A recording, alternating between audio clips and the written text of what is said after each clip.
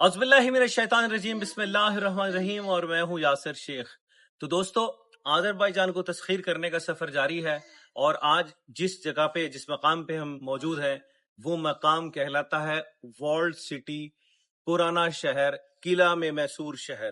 ہم اندر قلعے کے موجود ہیں، اور قلعے کے اندر جو بلڈنگ ہمارے سامنے پس منظر میں آپ کو دکھائی دے رہی ہے، یہ بنیادی طور پر شیروان شاہی سلطنت کا محل ہے۔ اگر آپ ان کی تاریخ کو کھوجیے تو آپ کو معلوم پڑے گا کہ سن 861 میں جو ہے ان کا راج شروع ہوا، اس سلطنت کا، شاہی خاندان شیروان شاہی سلطنت یا شاہی خاندان کا راج شروع ہوا، اور 1538 سن عیسوی تک انہوں نے راج کیا، یعنی کہ کم و بیش 700 سال سے زائد حکومت کی انہوں نے آذربائیجان اور اس کے نیٹو ایریاز کے اوپر۔ تقریباً اگر ہم معلوم کریں، کیلکولیشنز بتاتی ہیں تو اس وقت 700 سال پرانے اس مقام کے اوپر، یعنی کہ جس خاندان کا راج 700 سال تک اس ایریا کے اوپر رہا، شیروان شاہی سلطنت کا، ہم ان کے شاہی محل کے باہر اس وقت موجود ہیں۔ اور اس میں اب چونکہ بات ہم 2025 میں کر رہے ہیں، تو کم و بیش 500 سال قدیم عمارت جو ہے آپ ہمارے پس منظر میں دیکھ رہے ہیں۔ اب اس کا بلٹ ٹائم کیا ہے وہ یقینی طور پر پرانا ہوگا، لیکن شاہی سلطنت کا اختتام آج سے 500 سال لگ بھگ پہلے ہوا۔ شیروان شاہی سلطنت کو بنیادی طور پہ اگر معلوم کرنا چاہیں سادہ الفاظ میں، تو یہ عین اسی طریقے سے ہی تھی جیسے سلطنت عثمانیہ، سلطنت قافقازی اور دیگر سلطنتیں، عمومیہ سلطنت، یہ ساری اسی طرز کے اوپر ایک سلطنت تھی جو اس علاقے کے اندر ان کا راج قائم تھا۔ ان کی خصوصیات کی اگر بات کر لی جائے تو ان کے دور کے اندر فارسی اور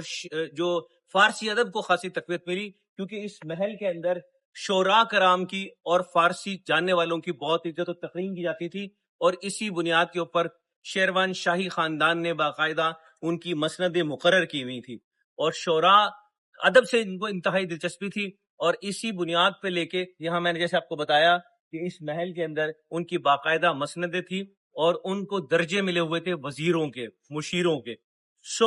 آذربائیجان کبھی بھی آپ کا آنا ہو تو والڈ سٹی کے اندر آپ تشریف لائیں گے تو اندر شیروان شاہ کا یہ محل جو کافی وسیع اور عریض ہے، اور اس کے بیک پہ اس پس منظر جو ہم آپ کو دکھا رہے ہیں، اس کے بیک کے اوپر جو ہے کیسپین سی کا ساحل ہے، یعنی کہ اگر آپ اس طرف سے جا کے دیکھیں دوسری سائڈ سے تو ساحل سمندر سے یہ محل ٹکرا رہا ہے، اس سے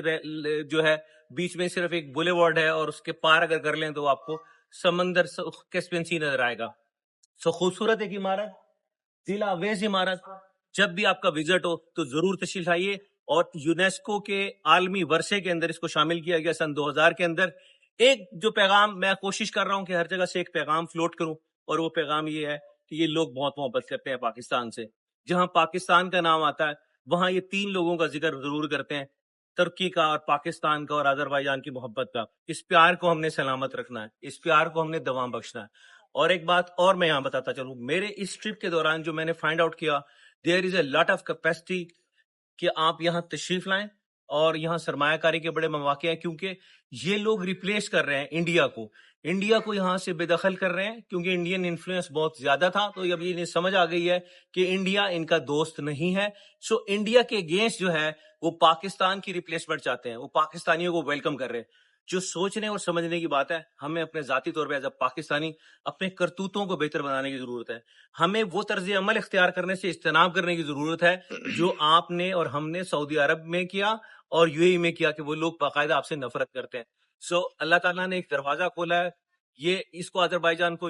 گیٹ وے آف یورپ بھی کہا جاتا ہے، کیونکہ ساتھ ہی جارجیا کا بارڈر ہے، اور جارجیا پارٹ آف یورپ۔ سو بنیادی اور اہم سوال اور اس کا جواب یہ ہے، بی اے گریٹ پاکستانی۔ یہ لوگ بہت محبت کرتے ہیں۔ آذربائیجان کے لوگوں کی خاصیت ایک یہ ہے کہ یہ لوگ وطن پرست ہیں اور اپنے وطن سے بہت محبت کرتے ہیں۔ سو ہمیں بھی ان کی کم از کم اس معاملے میں تقلید ضرور کرنی چاہیے۔ سلام پاکستان، آذربائیجان زندہ باد، پاکستان پائندہ باد۔